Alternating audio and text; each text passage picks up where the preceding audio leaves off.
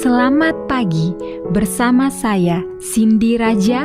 Mari kita awali pagi ini dengan semangat baru, motivasi hidup sehat dan inspirasi yang akan membawa kita lebih dekat kepada kebugaran fisik, mental dan spiritual.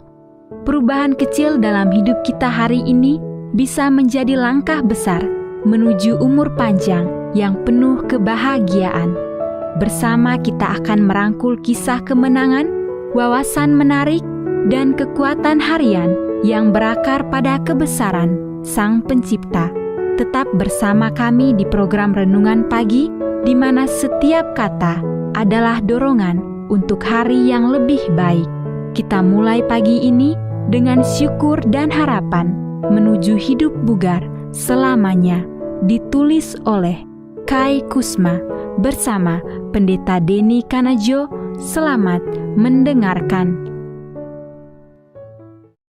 Shalom, selamat pagi para pendengar yang diberkati oleh Tuhan dimanapun Anda berada saat ini. Kita akan sama-sama mendengarkan firman Tuhan melalui audio Renungan Pagi pada tanggal 30 April 2025 dengan judul Faktor Iman. Sebelum kita melanjutkan bacaan renungan kita pada pagi hari ini, kembali saya mengajak semua para pendengar yang setia untuk berdoa bersama-sama. Bapa kami yang bersemayam di dalam takhta kerajaan sorga, terpujilah nama-Mu ya Tuhan pada pagi hari ini.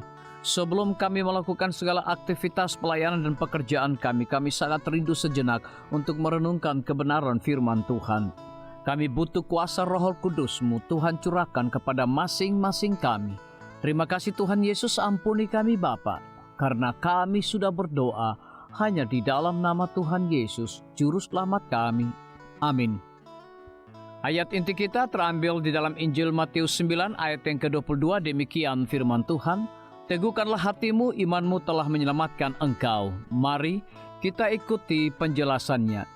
Jika keanggotaan klub sehat dan diet terbaru Anda belum menghadiahi Anda dengan kehidupan bersemangat yang Anda cari, mungkin Anda membutuhkan pengecekan kehidupan rohani. Data ilmiah dengan luasnya menegaskan bahwa orang Kristen lebih sehat dibandingkan populasi umum dan terdapat kaitan yang pasti antara iman rohani dan kesehatan jasmani. Ini disebut faktor iman. Di Universitas Purdue, sosiolog medis Kenneth F. Ferraro mengumpulkan respon dari 1.473 orang secara nasional mengenai faktor-faktor yang memengaruhi kesehatan seperti usia, pendapatan, dan pendidikan.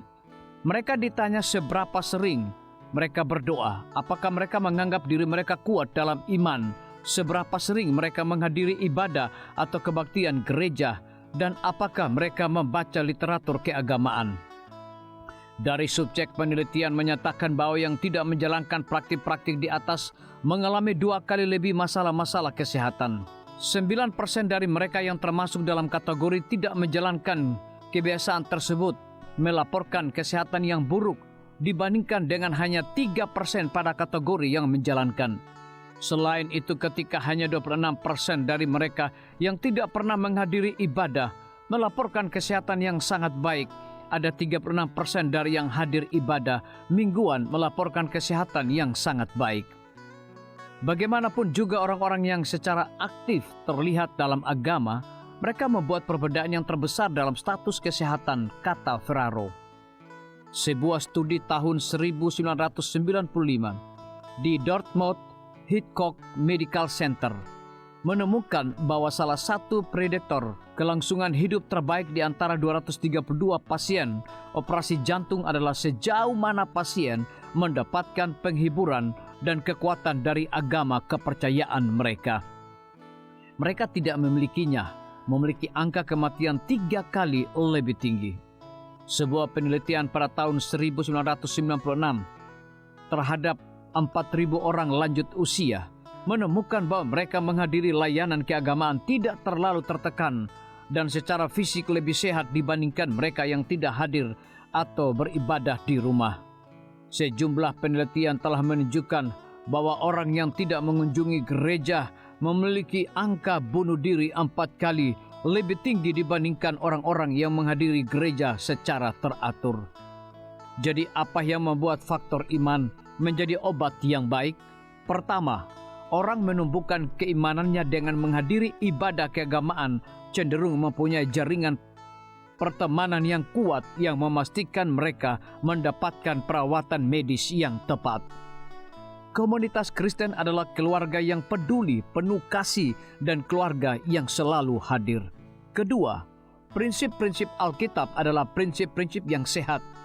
Kita tidak hanya diberitahu apa saja yang boleh dimakan, Imamat pasal yang ke-11, namun kita diingatkan akan manfaat dari hal-hal seperti sikap positif.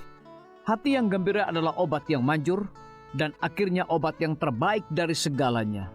Tuhan menjawab doa dengan terlibat dalam kelompok pertumbuhan rohani. Anda dapat meninggalkan sistem imun Anda. Biarlah bacaan renungan kita saat ini akan menjadi berkat bagi kita semua. Kembali saya mengajak semua para pendengar yang setia untuk berdoa bersama-sama. Bapa kami yang bersemayam di dalam takhta kerajaan sorga, terima kasih Tuhan Yesus, oleh karena firman-Mu pada pagi hari ini memberikan berkat dan kekuatan rohani bagi masing-masing kami. Pada saat ini hamba berdoa untuk pemerintah kami. Tuhan memberkati Bapak Presiden bersama dengan wakil, para menteri dan seluruh stafnya, Bapak Gubernur bersama dengan wakil, Bapak Bupati bersama dengan wakil, Bapak Wali Kota bersama dengan wakil, camat dan seluruh stafnya, kepala desa, lurah, RT, RW, dimanapun mereka berada saat ini.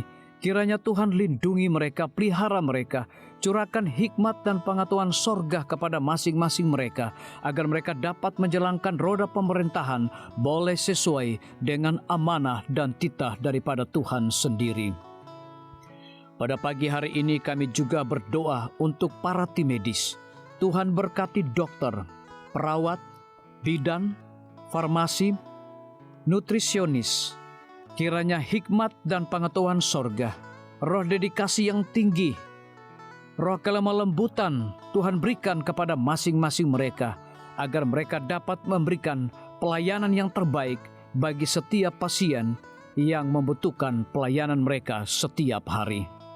Kami juga berdoa untuk guru-guru, kepala sekolah, siswa, mahasiswa, bahkan dosen di setiap lembaga pendidikan. Kiranya hikmat dan pengetahuan sorga Tuhan berikan kepada masing-masing mereka, agar mereka dapat mendidik setiap anak-anak untuk memiliki karakter Yesus Kristus. Hamba juga berdoa untuk TNI, Polri, PNS, wira swasta, petani, nelayan, ojek online dimanapun mereka berada. Kiranya berkat dan sukacita sorga Tuhan juga berikan kepada masing-masing mereka, agar mereka juga menjadi saluran berkat bagi sesama manusia. Para pendengar yang setia yang berulang tahun saat ini dimanapun mereka berada, biarlah dengan bertambahnya usia, mereka semakin hidup bersyukur dan berterima kasih kepada Tuhan setiap saat. Yang berada di dalam kebimbangan, ketidakpastian hidup, Tuhan berikan iman yang teguh dan pengharapan, agar mereka tetap percaya akan janji Tuhan setiap hari. Terima kasih Tuhan Yesus, dengarlah segala doa dan permohonan kami Bapa, dan mau mengampuni segala dosa kami, karena kami sudah berdoa hanya di dalam nama Tuhan Yesus, Juru Selamat kami. Amin. Demikian firman Tuhan yang telah kita dengarkan. Semoga hari ini menjadi berkat bagi kita semua. Sampai jumpa, Tuhan memberkati.